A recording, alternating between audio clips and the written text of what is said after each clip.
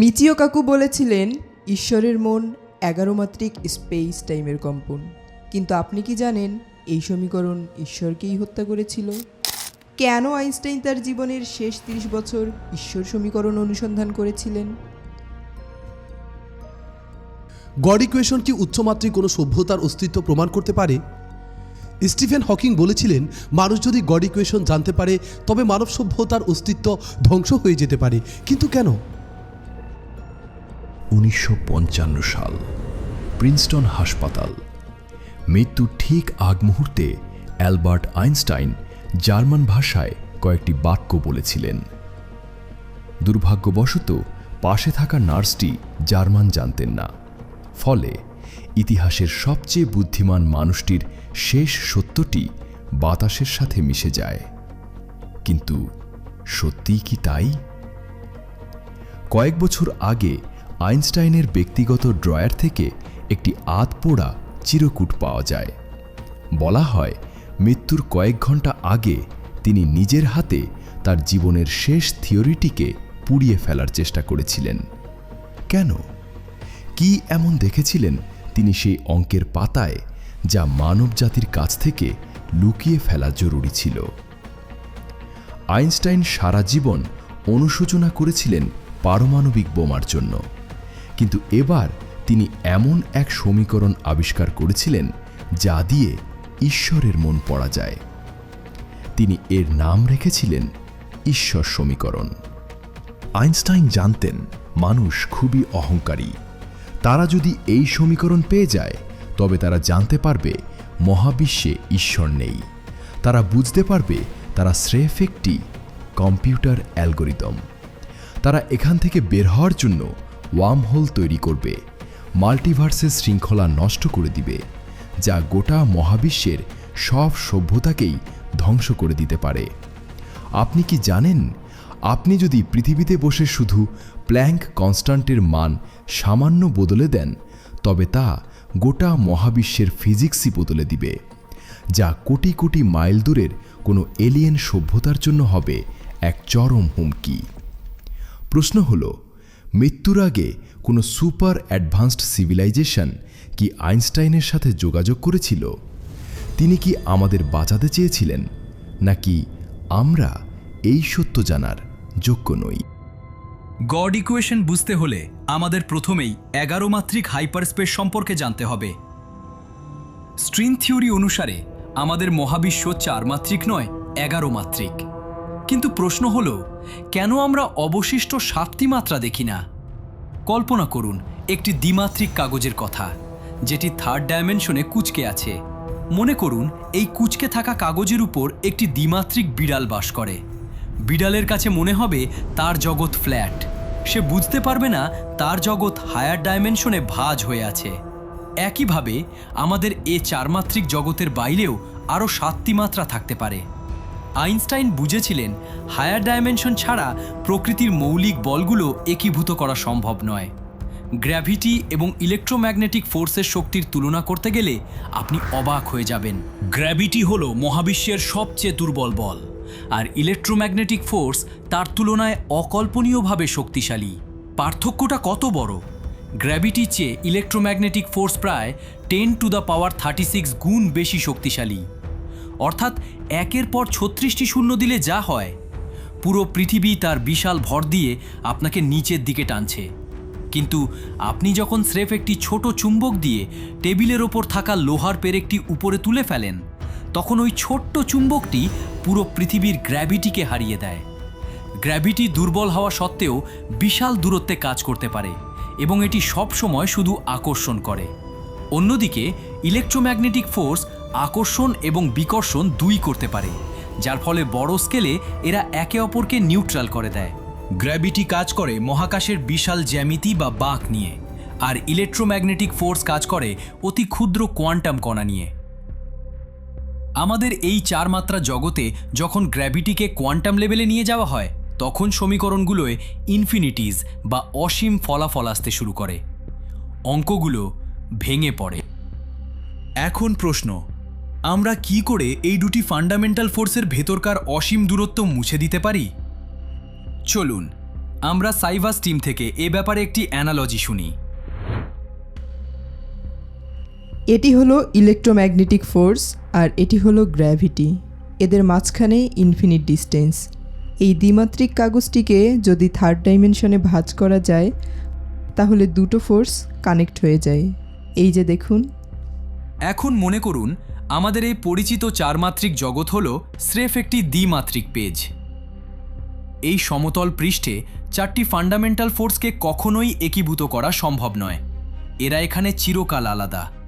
কিন্তু যদি আমরা আমাদের দৃষ্টিকে প্রসারিত করি, এই 11 মাত্রিক স্পেস টাইম প্রতিটি ফোর্সকে এক বিন্দুতে নিয়ে আসে।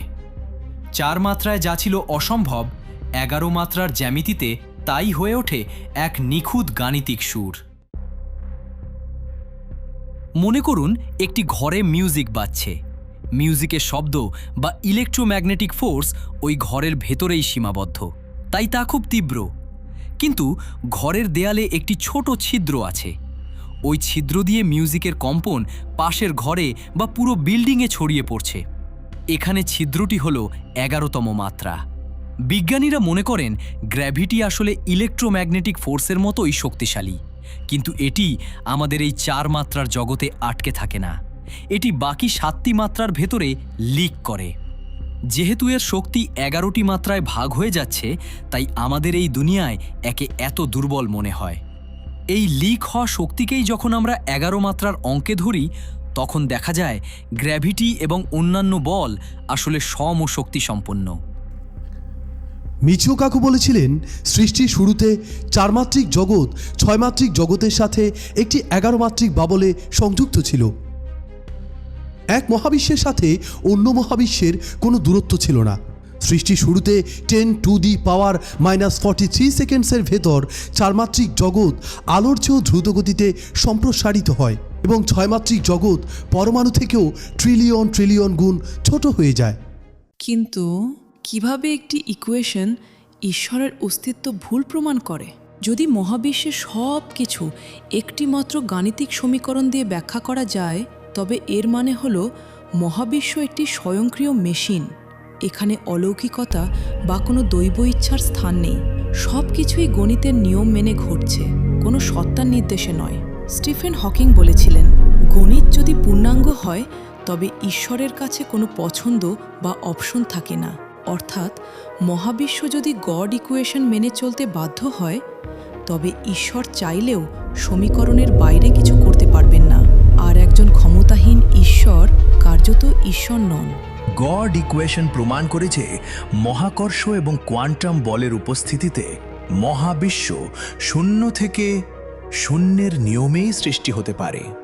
এর জন্য কোনো ফার্স্ট কজ বা প্রারম্ভিক ধাক্কা দেওয়ার মতো কোনো সত্তার প্রয়োজন পড়ে না। হকিং তার দ্য গ্র্যান্ড ডিজাইন বইতে লিখেছিলেন, যেহেতু মহাকর্ষের মতো একটি আইন বিদ্যমান, তাই মহাবিশ্ব নিজেকে শূন্য থেকে সৃষ্টি করতে পারে এবং করবেই। গ্র্যাভিটি হলো এমন একটি বল যা নেগেটিভ শক্তি ধারণ করে। যখন কোয়ান্টাম ফ্ল্যাকচুয়েশনের মাধ্যমে শক্তি তৈরি হয়, গ্র্যাভিটি সেই শক্তির সমপরিমাণ নেগেটিভ শক্তি সরবরাহ করে ভারসাম্য রক্ষা করে। মহাবিশ্বের যাবতীয় পজিটিভ এনার্জি এবং নেগেটিভ গ্র্যাভিটি যদি যোগ করা হয়, তবে ফলাফল আসে শূন্য। অর্থাৎ মহাবিশ্ব তৈরি করতে আসলে মোট কোনো শক্তিরই প্রয়োজন পড়েনি। এটি শূন্যের একটি বিভাজন মাত্র। গড ইকুয়েশন আমাদের জানায় মহাবিশ্ব আসলে এক বিশাল শূন্যতা, যা নিজেকে 2 ভাগে ভাগ করে অস্তিত্ব প্রকাশ করছে। কল্পনা করুন একটি শান্ত স্থির পুকুর। সেখানে কোনো ঢেউ নেই, অর্থাৎ সেটি শূন্য। এখন যদি আপনি সেই শান্ত পানির ওপর একটি দাগ কাটেন, তবে একদিকে পানি উঁচু হবে পজিটিভ আর অন্যদিকে নিচু হবে নেগেটিভ। কিন্তু পুকুরের মোট পানির পরিমাণ একই থাকল। মহাবিশ্বও ঠিক তেমনি। গড ইকুয়েশন হল সেই অদৃশ্য গাণিতিক দাগ যা শূন্যতাকে ভেঙে আমাদের এই বিশাল জগৎ তৈরি করেছে। এখানে কোনো জাদুকরের হাত নেই, আছে শুধু গণিতের অনিবার্য নিষ্ঠুরতা। কোয়ান্টাম মেকানিক্সের নিয়ম অনুযায়ী শূন্য বা ভ্যাকুয়াম আসলে একদম খালি নয়। হাইজেনবার্গের অনিশ্চয়তা নীতি অনুযায়ী অত্যন্ত ক্ষুদ্র সময়ের জন্য শূন্যস্থানে শক্তির ভারসাম্য নষ্ট হতে পারে। এর ফলে শূন্যস্থান থেকে হঠাৎ করেই কণা এবং প্রতিকণা তৈরি হয় এবং আবার একে অপরকে ধ্বংস করে মিশে যায়। গজ ইকুয়েশন বলে, মহাবিশ্বের শুরুতে এমন একটি বিশাল ফ্ল্যাকচুয়েশন ঘটেছিল যা আর নিভে যায়নি, বরং মহাবিশ্ব হিসেবে আজ ছড়িয়ে পড়েছে। ধর্মীয় বিশ্বাস অনুযায়ী ঈশ্বর অলৌকিক ঘটনা ঘটান, কিন্তু গড ইকুয়েশন মহাবিশ্বের জন্য একটি ক্লোজড সিস্টেম তৈরি করে। এই সিস্টেমে কোনো বাইরের হস্তক্ষেপ সম্ভব নয়, ফলে অলৌকিকতা আসলে বিজ্ঞানের চোখে কেবল একটি গাণিতিক ত্রুটি বা অসম্ভব কিছু। কল্পনা করুন একটি দাবা বোর্ডের কথা। এই দাবার বোর্ডে থাকা গুটিগুলো, রাজা, ঘোড়া, নৌকা হলো মহাবিশ্বের কণা বা শক্তি, আর দাবার চালগুলো হলো গড ইকুয়েশন। ঘোড়া আড়াই ঘর যায়, নৌকা সোজা যায়, এগুলোই মহাবিশ্বের মৌলিক আইন। ক্লোজড সিস্টেম কি? যদি দাবা বোর্ডটি একটি ক্লোজড সিস্টেম হয়, তবে বোর্ডে যা ঘটবে তা কেবল ওই চালগুলোর মাধ্যমেই ঘটবে। ঘোড়া কখনোই সোজা যেতে পারবে না, কারণ সেটি দাবার আইনের বাইরে। এখানে দাবার চালগুলোই শেষ কথা। অলৌকিকতা হলো এমন এক মুহূর্ত যখন হঠাৎ করে কোনো গুটি তার চিরন্তন নিয়ম ভেঙে ফেলে। যেমন ঘোড়া হঠাৎ করে সোজা চলে গেল, বা কোনো একটি গুটি হঠাৎ বোর্ডের মাঝখানে ভ্যানিশ হয়ে গেল। ধর্মের চোখে এটি ঈশ্বরের হস্তক্ষেপ, কিন্তু গড ইকুয়েশন প্রমাণ করে যে মহাবিশ্বের দাবার চালগুলো কোনোভাবেই ভাঙা সম্ভব নয়। যদি আপনি বাইরে থেকে হাত দিয়ে গুটিটি সরিয়ে দেন, তবে সেটি আর দাবা খেলা থাকবে না। অর্থাৎ যদি ঈশ্বর মহাবিশ্বের ভেতর হস্তক্ষেপ করেন, সমুদ্র দুভাগ করা বা সময় থামিয়ে দেওয়া, তবে মহাবিশ্বের গাণিতিক ভারসাম্য মুহূর্তেই ধ্বংস হয়ে যাবে। যদি ঈশ্বর মহাবিশ্ব সৃষ্টি করে থাকেন, তবে তাকেও নিশ্চয়ই কোনো নিয়ম মেনে চলতে হয়েছে। আর যদি সেই নিয়মটি গড ইকুয়েশন হয়, তবে ঈশ্বর নিজেই সেই গণিতের কাছে দায়বদ্ধ। মিচিও কাকু বলেছিলেন, যদি 11টি ডাইমেনশন থাকে তবে আমাদের ইউনিভার্সের মতো আরও বিলিয়ন বিলিয়ন ইউনিভার্স থাকতে পারে। এত বিশাল সিস্টেমে আমাদের ইউনিভার্স একটি ক্ষুদ্র বাবল মাত্র। এই পুরো সিস্টেমটি কোনো একজন ব্যক্তি দ্বারা পরিচালিত না হয়ে একটি স্বয়ংক্রিয় গাণিতিক নিয়ম অথবা সেলফ গভর্নিং সিস্টেম দ্বারা পরিচালিত হওয়ার সম্ভাবনাই বেশি। আমরা ত্রিমাত্রিক জীব হয়ে যেমন দ্বিমাত্রিক কাগজের ওপর আঁকা কোনো চরিত্রের ভাগ্য নিয়ন্ত্রণ করতে পারি, তেমনি 11 মাত্রিক কোনো সত্তা আমাদের জীবনকে নিয়ন্ত্রণ করতে পারে। কিন্তু গড ইকুয়েশন বলছে সেই সত্তাও গণিতের বাইরে নয়।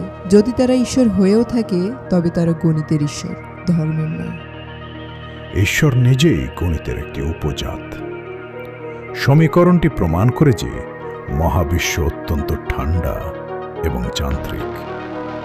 এটি মানুষের আবেগ, প্রার্থনা বা পাপ পুণ্যের বিচার করে না। মহাবিশ্ব কেবল শক্তির ভারসাম্য বজায় রাখে। ফলে ব্যক্তিগত ঈশ্বর, যিনি মানুষের কথা শোনেন, তার ধারণাটি গাণিতিকভাবে অপ্রাসঙ্গিক হয়ে পড়ে। এই সমীকরণ অনুযায়ী সময়ের শুরু বলে কিছু নেই। সময় কেবল একটি মাত্রা। যদি কোনো শুরু না থাকে, তবে সৃষ্টিকর্তার প্রয়োজনীয়তাও ফুরিয়ে যায়, কারণ সৃষ্টির জন্য একটি শুরুর মুহূর্ত দরকার হয়।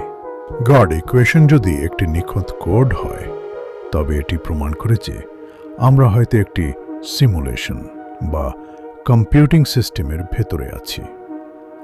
সেক্ষেত্রে আমাদের স্রষ্টা কোনো অসীম ক্ষমতার ঈশ্বর নন, বরং উন্নত কোনো এক সভ্যতা বা প্রোগ্রামার, যা ঈশ্বরের চিরাচরিত সংজ্ঞাকে ধূলিসাৎ করে দেয়।